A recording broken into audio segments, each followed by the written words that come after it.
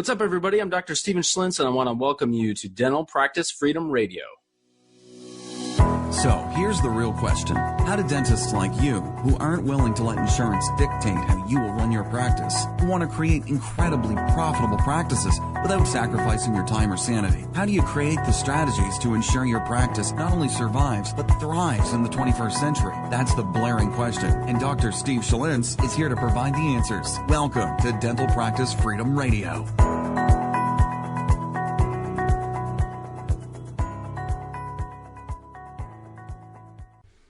Hey, what's up, everybody? Dr. Steve Schlintz. I want to welcome you back, and on this episode, I'm going to share with you my story, why I'm doing what I'm doing right now, and where I've been in some gory detail. In order for you to understand where this podcast is going in the future and where I want to take you, the listener, you have to understand the struggles that I have been through as a practice, not just owner, but also as an associate, and some of the epiphanies that I've had along the way, and the reason that I do dentistry the way that I do, and the reason that I talk the way that I do.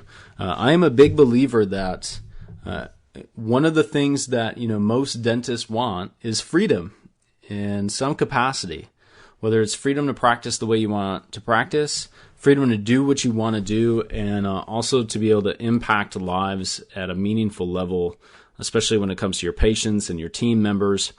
And there's great ways to do that, and then there's some not great ways to do that. And I think it's important that I share my story with you just so you kind of know a little bit more about my background and why I am such a ardent believer in fee-for-service dentistry. But also, if you are a PPO provider, that there is hope. I have been on both sides of the spectrum. I have been in the PPO Medicaid-based practice, and I've also now own a fee-for-service practice. And man, they couldn't be more different. They really couldn't.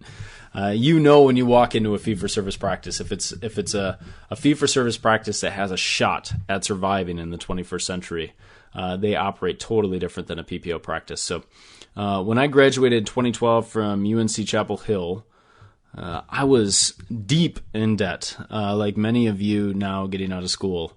And I knew that I wasn't going to be a specialist. I didn't have any desire to be a specialist. And I applied to one residency, didn't get in, probably the best thing that ever happened to me in my life, and decided I was going to go work as an associate and pay off some student debt and make some money. And the first few months, I was really excited about my opportunity, and I learned a ton. And I never think bad about any of the opportunities that I've had in my life. But that PPO Medicaid-based practice, after those first 3 months, I realized, wow, something's not right here. This is not good. And if I continue to do this, it's just not going to work. And so what was happening was I was literally treating 4 and 5 patients at a time, running from room to room, operatory to operatory, filling this here, filling that there, going doing hygiene checks. And because there were Medicaid patients, you never knew who was going to walk in the door. And it was all about production, and it was all about going faster and faster and faster. And that was just a model. And for some, that model works actually quite well. Some people just love to stay busy and they love to do X, Y, and Z, and that's totally for them. That was not for me. In any way, shape, or form, that was just not what I was about. And so 10 months into practice, I literally snapped. I woke up one day and I went to go back into the practice. It was Monday. I went to go get a cup of coffee. I was in North Carolina, and I still am. I went to go get a cup of coffee, and literally my back just gave out.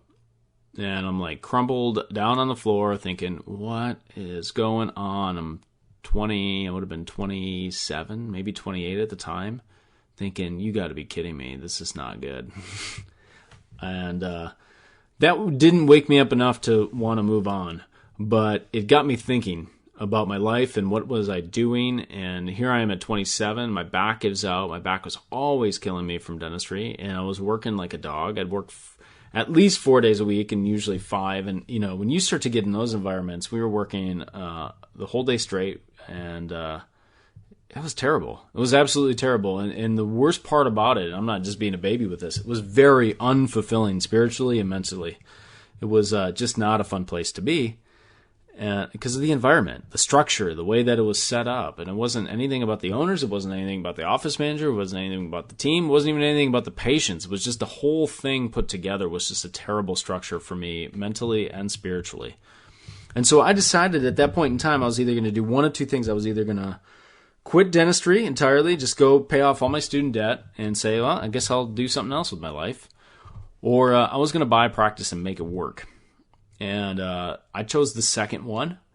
And I moved to Hendersonville, North Carolina to practice. And bought a practice from a dentist that had been a fee-for-service provider for almost 40 years. And I remember having a discussion with him. It was really interesting. One of the first things he told me, I said, what do you think I should do to grow the practice in the first couple of years? And he said, well, at some point you might want to hire another assistant. And at some point, it's going to become inevitable that you are probably going to have to take insurance plans. Wow. What a bombshell that was. I was like, you got to be kidding me, right? Like, this is why I came into this practice, was to avoid this. And so the first couple months, I just thought about that over and over and over. Like, wow, if he doesn't even think that you could be viable as a fee-for-service practice, what am I doing? And I just made a commitment at that point in time. I was like, I'm either going to do it the way I want to do it, which was free of insurance obligations, or I'm just not going to do it. And so I set off on a journey. And I literally went just about every place you could go and learn from, every master that you could learn from, to learn how to create and not just sustain, but have a fee-for-service practice that flourishes. Now, I can't honestly tell you that every day is roses, especially as I do more and more of this now and growing the practice and having an associate and trying to make it all work and trying to figure out what's the sweet spot.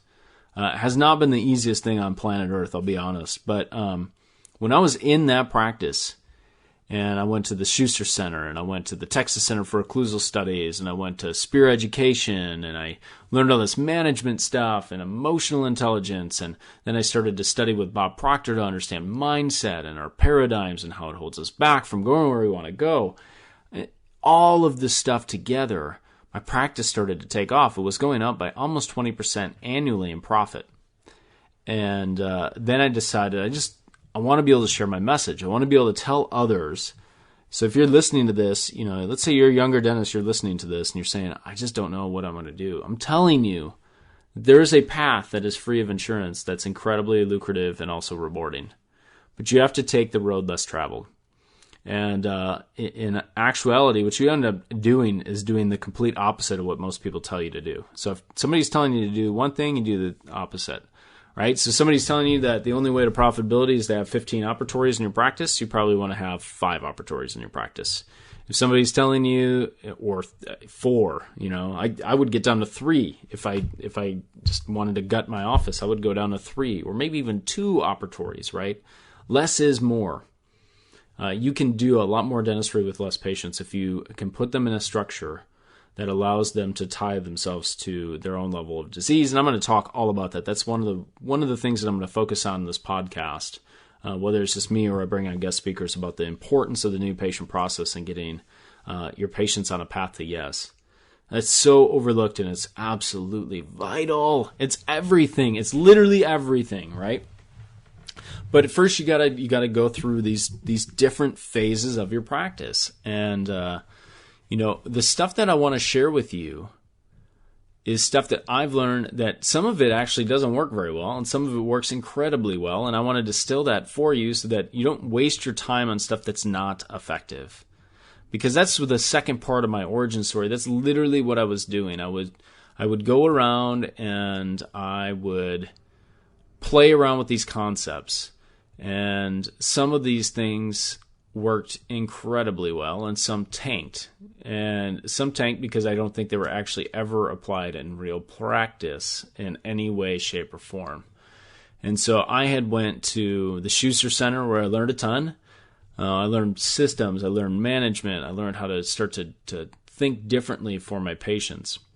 I went to Spear Education to get my background in technical training. I did workshops there and seminars there, and I met some amazing people there. And then I went to the Texas Center for Occlusal Studies to learn even more technical training so that I could start to bridge this gap between where my patients were at and where I wanted them to go, and how to help them achieve an optimal model of dental health. And through the years, I've continued to rely on mentorship, and I'm going to probably have a whole podcast episode just on the role of mentors. They're so important. If you don't have great mentors, it's just a struggle. You can get there. I'm not saying you can't get there, but it's going to take you probably 3 to 4 or 5 or 6 times as long to get where you want to go if you don't have the right mentors. So I'm telling you that mentorship is absolutely everything. And when you get the right mentor, listen to every word they say and just do it. Tony Robbins had that. It's like, if you want to be successful, you basically have to find the people that are doing what you want to do and then go model them. Don't waste time trying to do it on your own. And I've talked to people and they're like, well, Steve, I just got to find my own way. What a load of crap.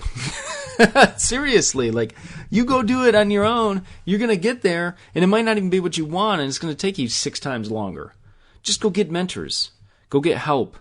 And, I would not be even remotely where I'm at today if I didn't have important mentors in my life, and I'm thankful for every mentor.